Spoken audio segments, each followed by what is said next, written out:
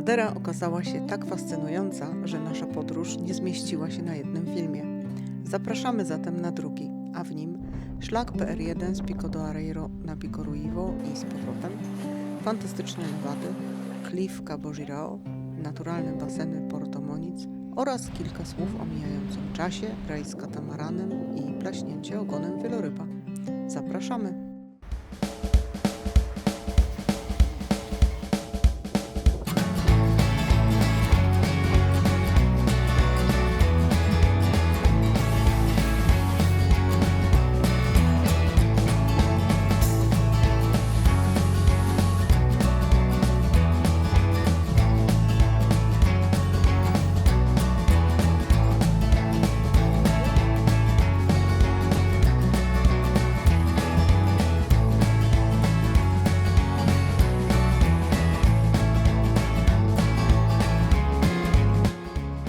Zaczynamy od Pico do Areiro, 1818 metrów nad poziomem morza, czyni go trzecim co do wysokości szczytem Madery.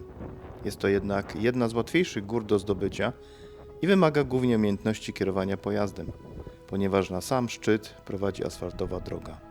Przyjechaliśmy na miejsce o 5:30 i zbierała się tu już całkiem spora grupa czekająca na wschód słońca. Nic z tym dziwnego, bo poranne widoki na masyw centralny wyspy dosłownie zapierają dech w piersiach. Jesteśmy w najwyższych górach wyspy i choć same w sobie nie są specjalnie wysokie, żadna z nich nie dochodzi do 1900 metrów nad poziomem morza, to ich urwiste, często zupełnie niedostępne zbocza sprawiają niezwykłe wrażenie. Góry te stanowią naturalną barierę zatrzymującą masy powietrza i dzielą Maderę na wilgotną deszczową północ i słoneczne, suche południe.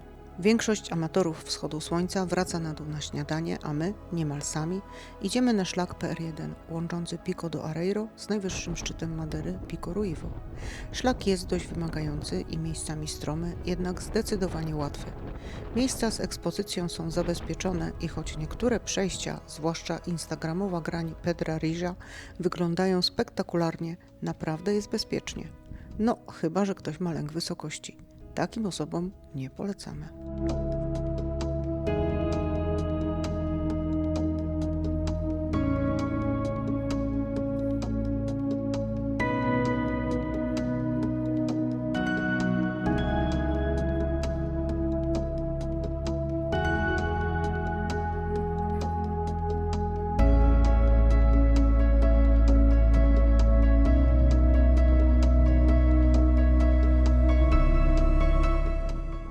Po drodze mijają nas statka góropatw czerwonych.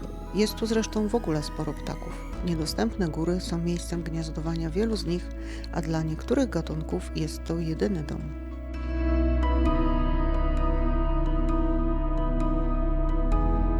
PR1 to jeden z licznych szlaków Madery, które nie prowadzą lewadami. Jest tu jednak sporo wykutych w skale tuneli, które służyły kiedyś głównie pasterzom. Mijamy Pico Gato i przechodzimy wokół Pico das Torres, drugiego szczytu wyspy. Szlak wschodni, który można znaleźć na wielu mapach prowadzący przez szczyt, od kilku lat jest zamknięty.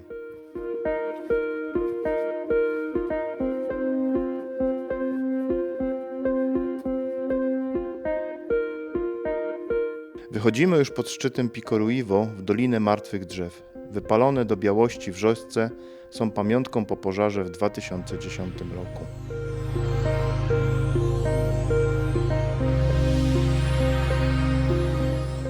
A oto schronisko i przerwa przed ostatnim podejściem.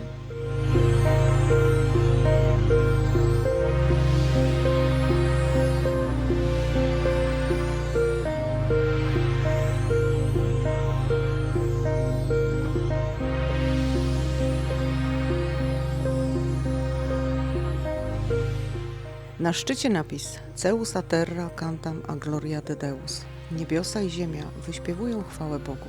Oj tak.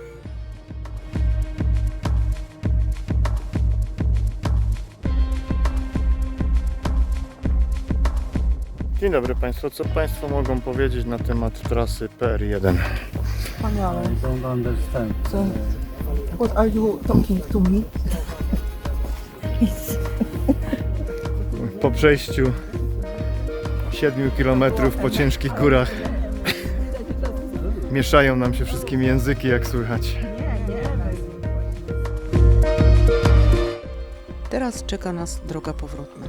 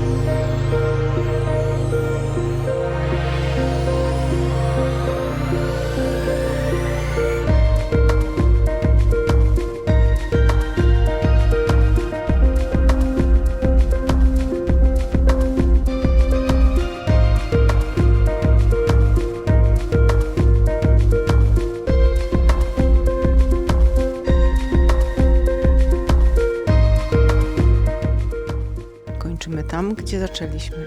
Charakterystyczna kula to stacja radarowa portugalskich sił lotniczych.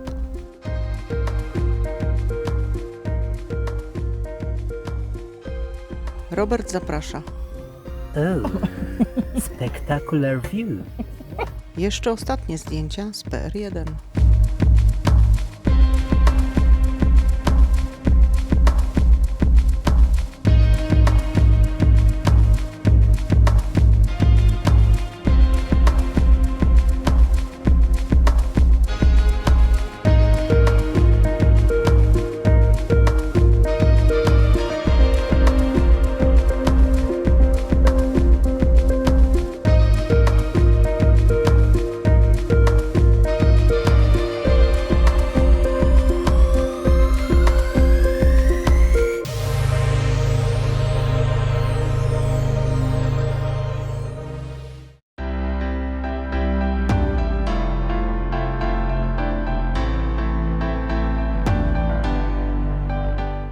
Kolejny dzień.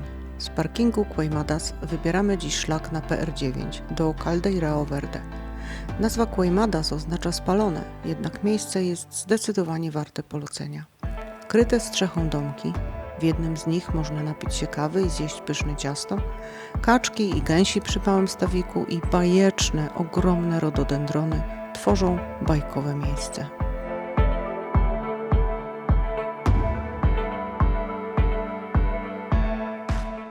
Przed nami szlak, ale zawsze przecież można znaleźć czas na wygłupy.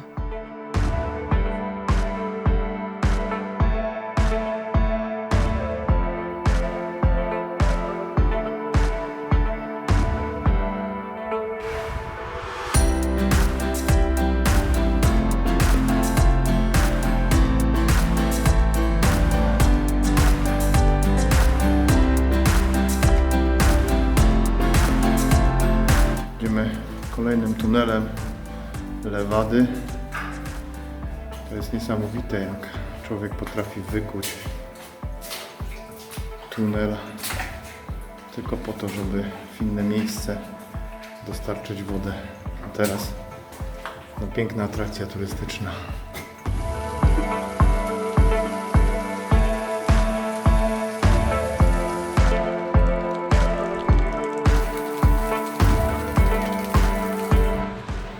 To zdecydowanie ta mokra część wyspy.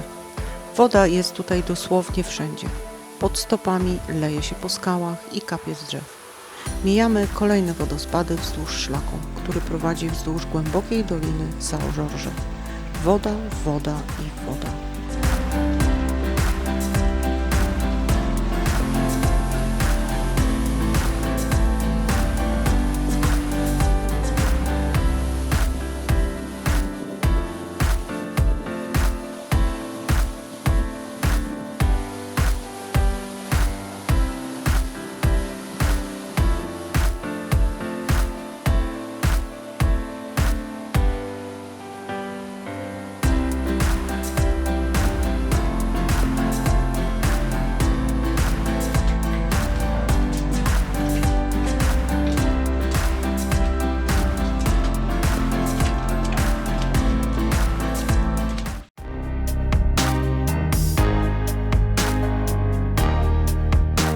Teraz jeden z najwyższych w Europie, choć w zasadzie w Afryce, 580-metrowy klif Cabo Girao. Od 2012 roku jest tu szklany taras, który niektórych przyprawia o dreszcze.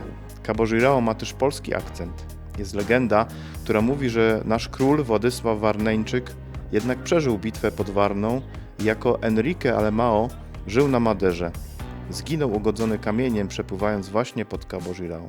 Miasto widoczne z Cabo Girao to Funchal, największe miasto i stolica Madery. Podczas naszego pobytu na wyspie byliśmy tu kilka razy. W samym centrum znajduje się Muzeum Madery, ale nie wyspy, a wzmacnianego wina, noszącego jej nazwę. Właśnie tutejszym winem w 1776 roku wzniesiono toast za deklarację niepodległości Stanów Zjednoczonych Ameryki. W jednym z tutejszych parków zawsze można znaleźć chwilę wytchnienia. Naszym ulubionym był Park de Santa Caterina we wschodniej części miasta. Można w nim odwiedzić pomnik Krzysztofa Kolumba, który kilka lat był mieszkańcem maderskiego archipelagu. Podobno to tutaj narodził się pomysł rejsu do Indii. Co ciekawe, niektórzy twierdzą, że Kolumb był synem Władysława Warneńczyka, czyli miał polskie korzenie. Ale tego chyba się już nigdy nie dowiemy. Park sąsiaduje z mariną, do której przybijają jachty i ogromne wycieczkowce oraz promenadą ciągnącą się wzdłuż całego miasta i zatoki.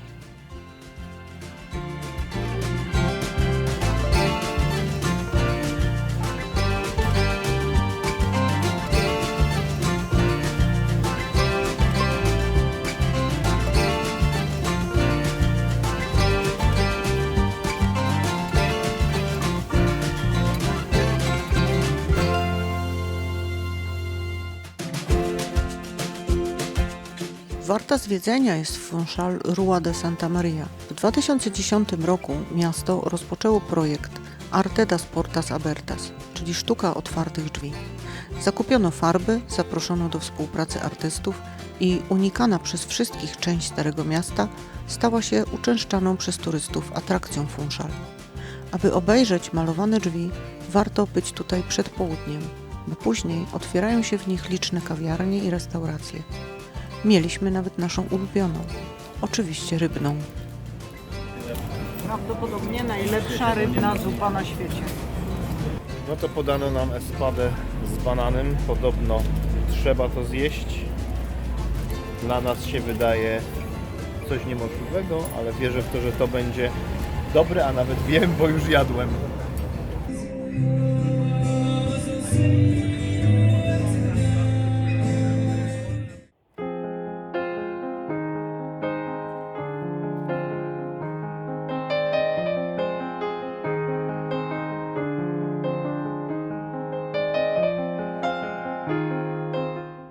Klif zamykający od wschodu zatokę Funchal to Ponta de Garayal. Jest tu kolejka linowa na kamienną plażę, jednak miejsce znane jest głównie z maderskiej figury Chrystusa. Tutejszy Cristo Rei jest 4 lata starszy od tego w Rio de Janeiro i stoi tutaj zwrócony w stronę oceanu od 1927 roku.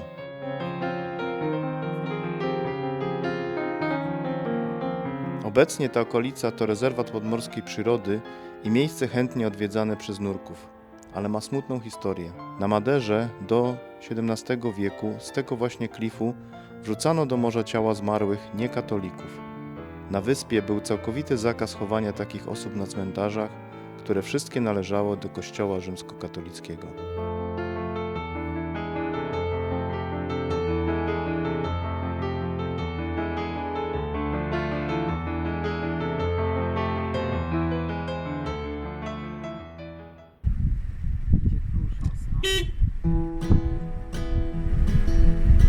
Tak, to już szły całą szerokością ulicy.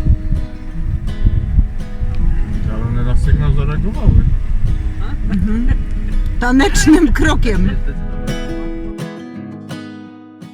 Na samym środku Madery znajduje się płaskowyż Pol da Serra. Powstał on w wyniku wtórnych erupcji wulkanu.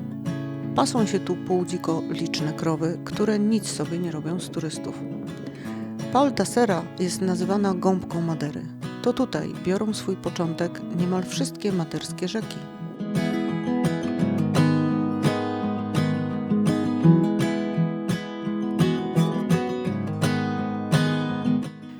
płaskowyżu ruszamy dzisiaj na lewady do Alecrim, do Risco i 25 Fontes.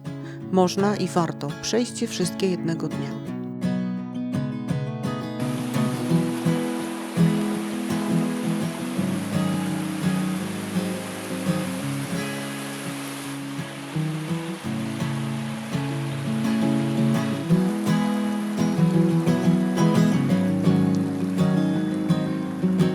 Lewada do Alecrim prowadzi w górę do niewielkiego jeziorka utworzonego przez uroczy wodospad.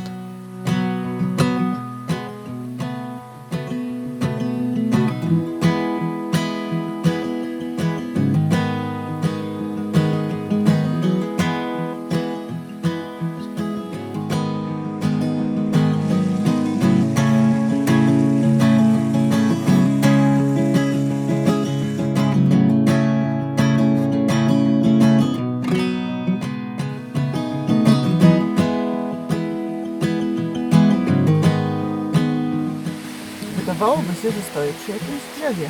Tymczasem jest to wrzos. Na Maderze właśnie tak one wyglądają. Konkretnie to wrzosiec drzewiasty. Dorasta tutaj do imponujących rozmiarów. Rabakal to lewada publiczna i jedna z najnowszych, zbudowana w latach 70. XX wieku. W budynku, z którego korzystali robotnicy przy jej budowie, obecnie funkcjonuje fajne schronisko.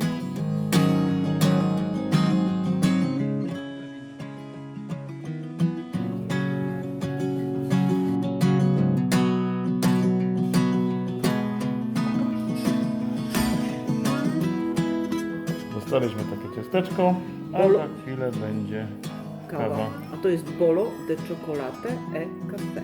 W zasadzie każde ciasto i większość chlebów nazywa się tutaj właśnie bolo.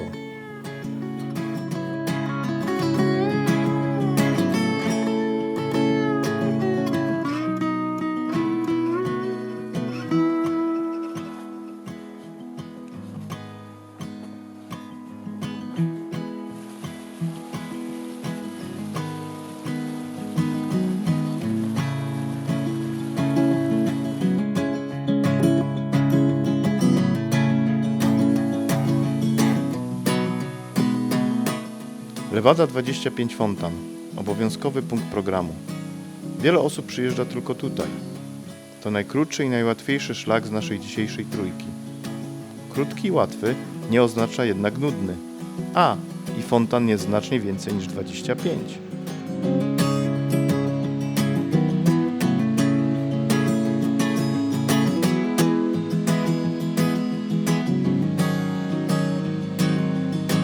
Janusz oczywiście karmi rybki. Nie może być inaczej.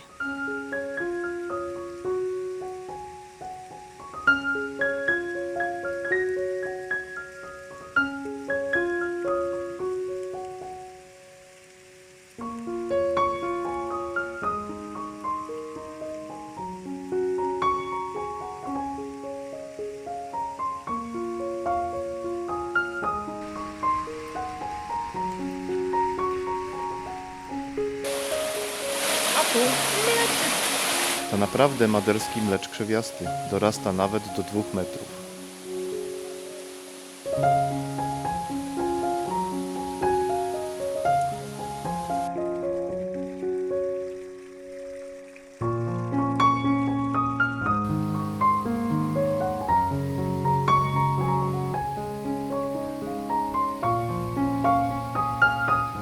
Wodospad do Risco. 100-metrowy wodospad, a raczej grupa wodospadów z jeziorkiem Lagoa da Vento. Naszym zdaniem najbardziej imponujący wodospad na Maderze.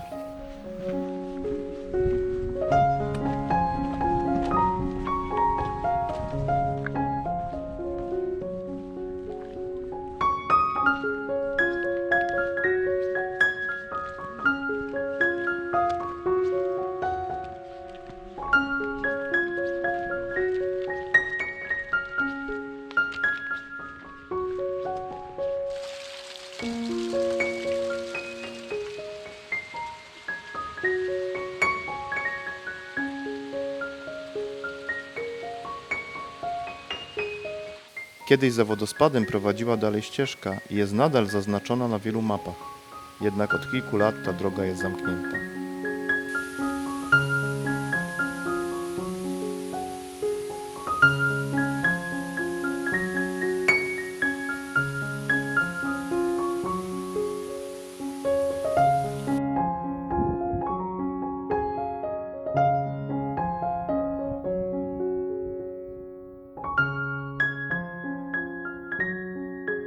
Udało się. Jeszcze naprawdę niedaleko i już jesteśmy przy aucie, ale naprawdę mam dość.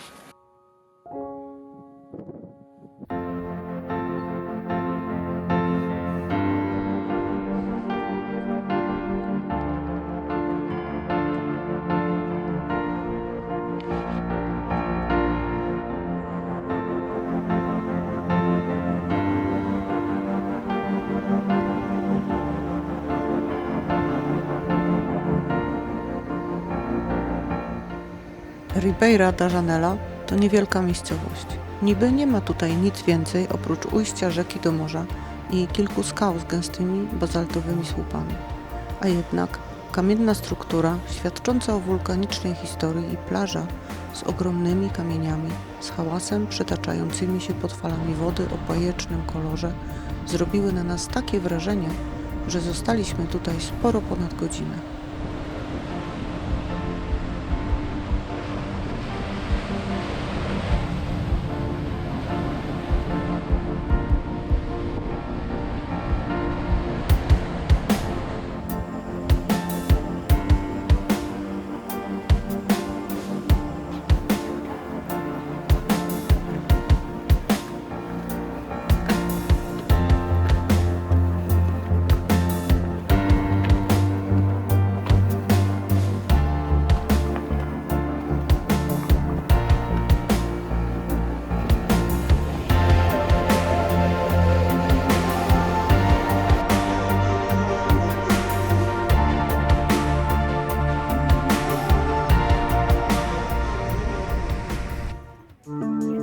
Dzisiaj mamy wycieczkę katamaranem z firmą VMT. Odpływamy z samego centrum Funchal i mamy nadzieję spotkać jakiegoś wieloryba albo delfiny.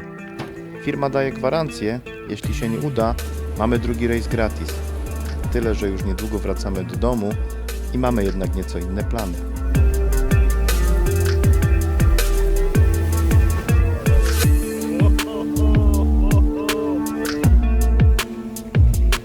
Pogoda nie jest dziś najlepsza na świecie, ale trudno. Pan na dachu wypatruje walenie.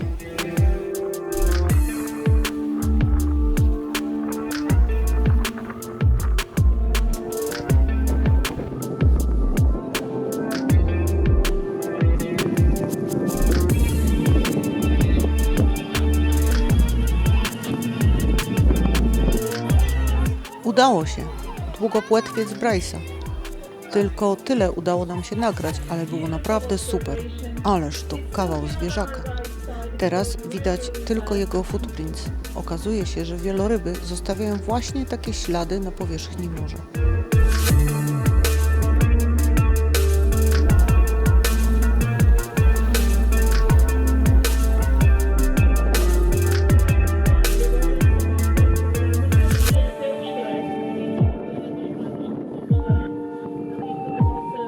Płyniemy dalej wzdłuż imponujących klifów.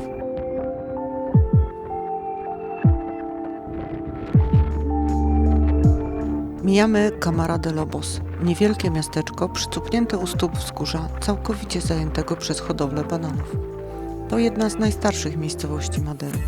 Jej odkrywca, João Gonçalves Zarco, właśnie tutaj, w naturalnej amfiteatralnej zatoce zasłoniętej przez skały od oceanu, zatrzymał swoje statki.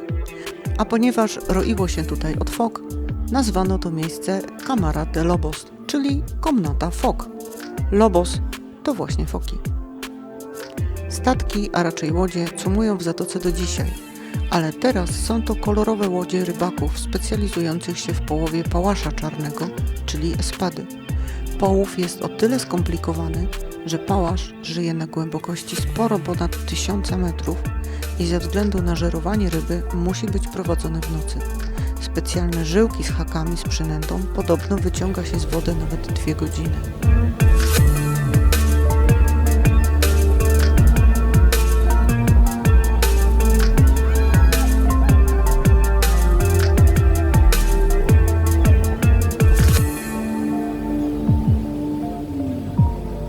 Nie tylko Janusz karmi każde zwierzę, jakie spotka. Mamy więc towarzystwo mew.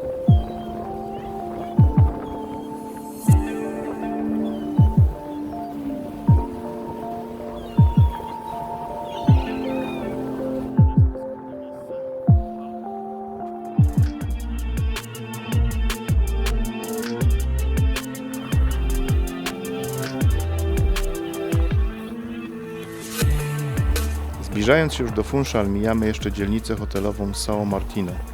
Wygląda na to, że są tutaj same hotele, ale za to jest ich mnóstwo.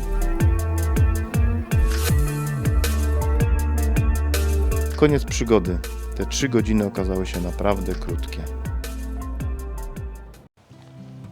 Czasami czas, który mamy, płynie bardzo szybko, a czasami niemal stoi w miejscu. Grecy mieli nawet na to 2 różne słowa i taki czas wymierzany zegarkiem, 60 sekund w minucie i tak dalej, nazywali chronos i on po prostu zawsze jest dokładnie taki sam. Natomiast ten czas życia nazwany był kairos i ten czas to był właśnie czas, w którym żyjemy, w którym różne rzeczy mają swoje tempo. Ten, który nam odmierza zegarek, a tak naprawdę będąc właśnie tutaj na Maderze, odczuwaliśmy bardzo często, jak one inaczej płyną, kiedy czas chronos sobie tykał tak, jak powinien tykać, jak zegarek tyka, a czas kairos po prostu albo mijał bardzo szybko, albo mijał bardzo powoli. Tak naprawdę od tego się zaczęło, kiedy czekaliśmy na testy covidowe i nie wiedzieliśmy, czy polecimy na Maderę, czy nie. Ten czas się dłużył. To czas Oj, tak. niesamowite, to było 20 minut, które trwało w moim odczuciu co najmniej ze 2 godziny. A czasami tutaj, kiedy oglądaliśmy piękne, niesamowite widoki, no to ten czas chronos bardzo szybko biegł w porównaniu z tym kairosem i Niesamowite odwrotnie było w zasadzie czas kairos biegł, a nie czas chronos, bo on sobie normalnie tykał. Bardzo fajnie to było widać, kiedy płynęliśmy łódką naokoło latarni na Półwyspie Świętego Wawrzyńca. Płynęliśmy, ja nie wiem, może z 10 minut, a minęło 40. minut. Także czas w życiu mamy, można powiedzieć, różny, bo on różnie płynie tak naprawdę ten nasz czas, który odczuwamy. No i naszym zadaniem jest go dobrze wykorzystać.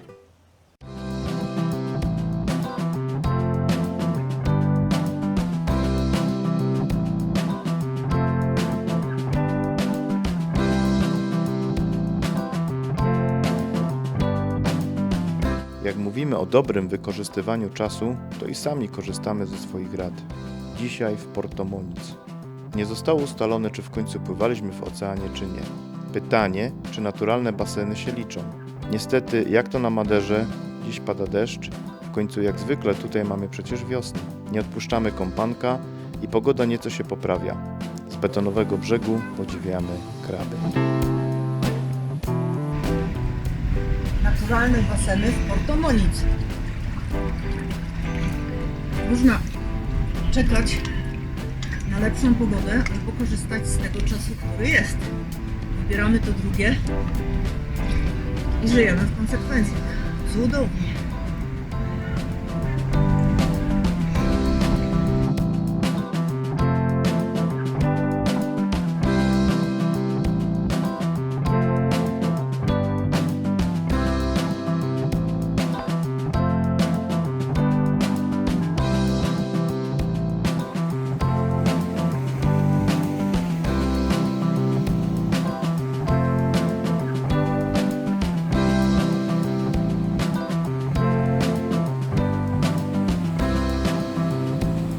W północnej części wyspy podobne baseny są też w Seychelles.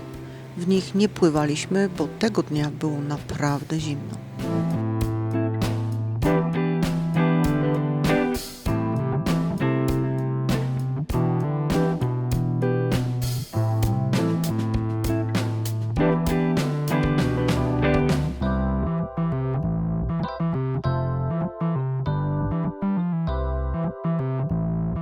W Seychelles jest jeszcze jedna atrakcja.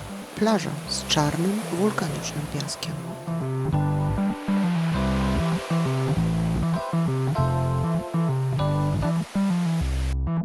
Niecodziennie, ale czasem tak właśnie W jadaliśmy. śniadanie mamy mango, dragon fruit, czyli smakowiec i flaszowiec miękkociernisty.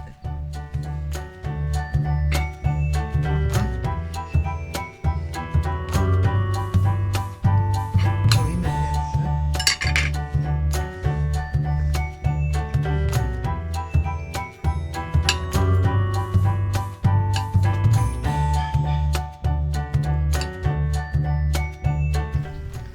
Jest też taki piękny, różowy, w kolorze mojej kurtki. To jest o wiele mniej słodki niż ten, więc wybraliśmy taki.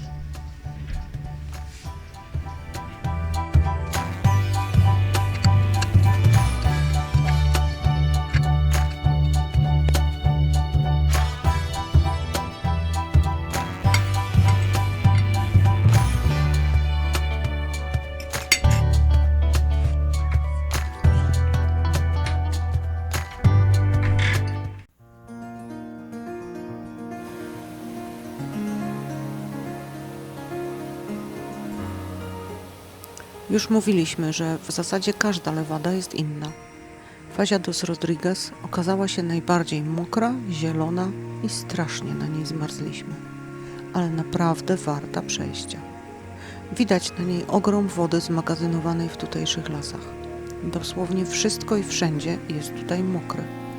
Woda przesiąka z płaskowyżu Pol d'Acera i tutaj wypływa z każdej strony omszałych skał. To serio genialny pomysł, żeby tę wodę przetransportować na suche południe. Na tej lewadzie widać, jak wiele pracy trzeba włożyć w to, aby utrzymać drożność całego lewadowego systemu. Więcej o całym systemie lewad i ich działaniu opowiadamy w naszym filmie Madera 1.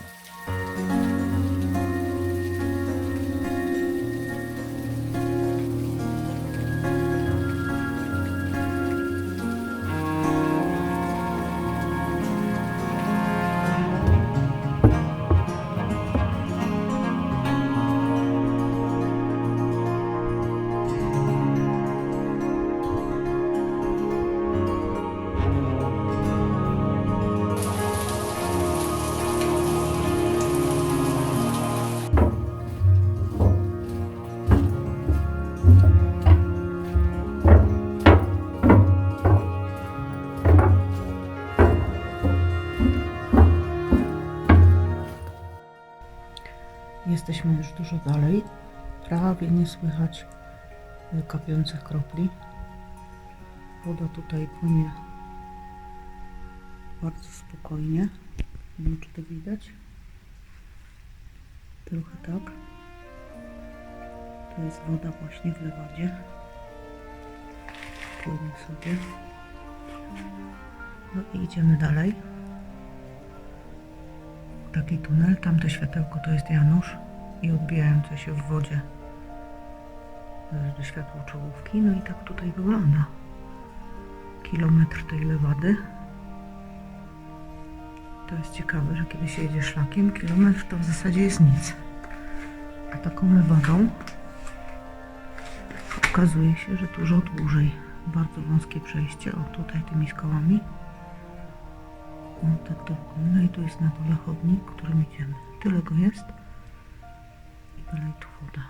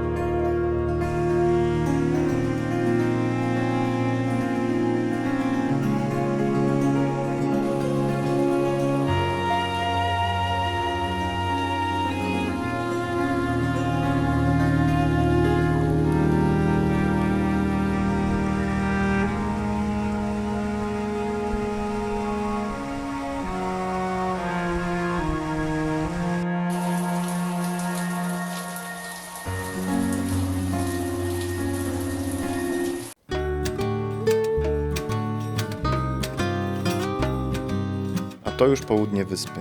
Choć to zaledwie 20 km linii prostej od naszej poprzedniej wycieczki, panuje tutaj zupełnie inny klimat.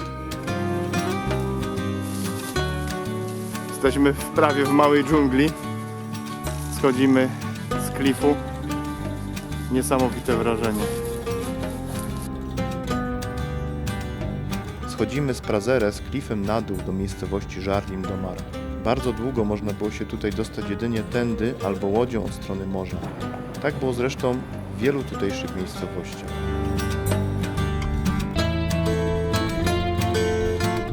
Czy Janusz karmił jaszczurki? No pewnie.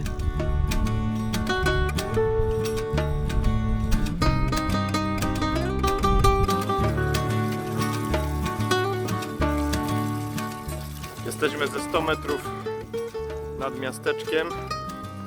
Przygotowane miejsce na grilla. Wszystko jest gotowe, żeby sobie zrobić jedzonko.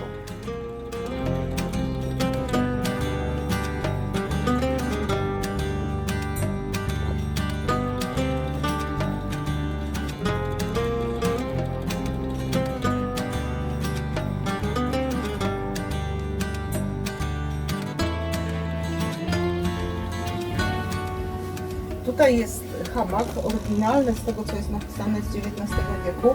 Jest tutaj bambus dosyć długi. Dwóch mężczyzn niosło ten bambus i na dole tutaj ktoś sobie jechał. Mógł się trzymać tego bambusa. No i rejdeiros, bo tak się nazywali, go nosili. Tu jest napisane, że księży, którzy odprawiali mszę, nosili do Prazeres, czyli tam na górę, do Ponta do Pargo, nawet do Funchal. Nie wyobrażam sobie ciężaru tej pracy.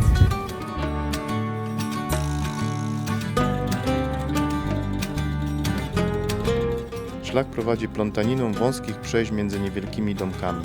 Widać tutejsze życie z bliska. Nie było i nadal nie jest łatwe.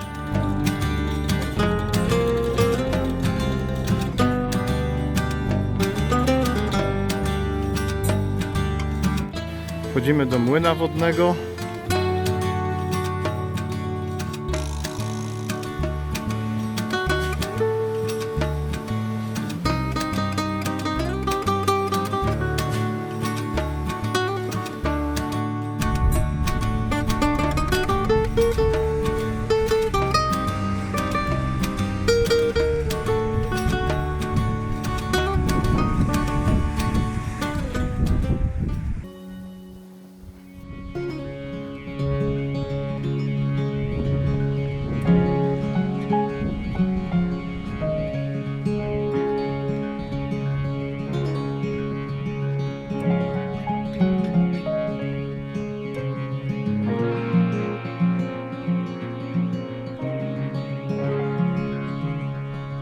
Jeden z krótszych szlaków, Vereda dos Balcoes, nie jest lewadą i prowadzi jedynie do punktu widokowego. Ale za to jakiego?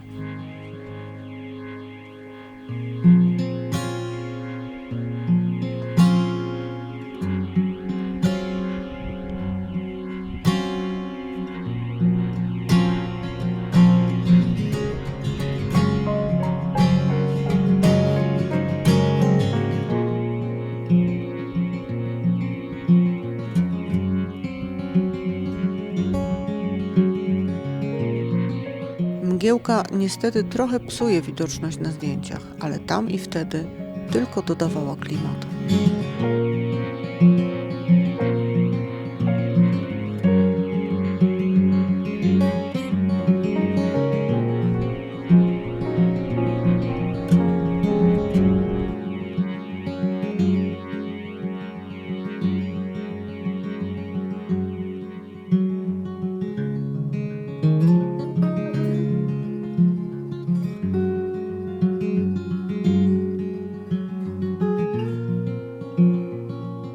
Kończymy naszą maderską przygodę. Myjemy, a raczej Janusz myje auto i jedziemy na ostatnią wycieczkę.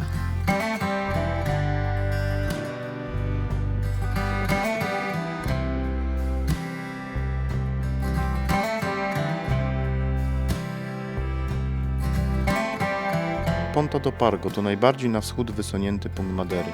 Latarnia i jakby inaczej, wysoki klif, z którego podziwiamy wyspę i ocean.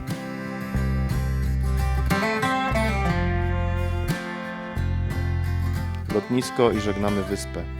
Kto wie, może jeszcze kiedyś tu wrócimy.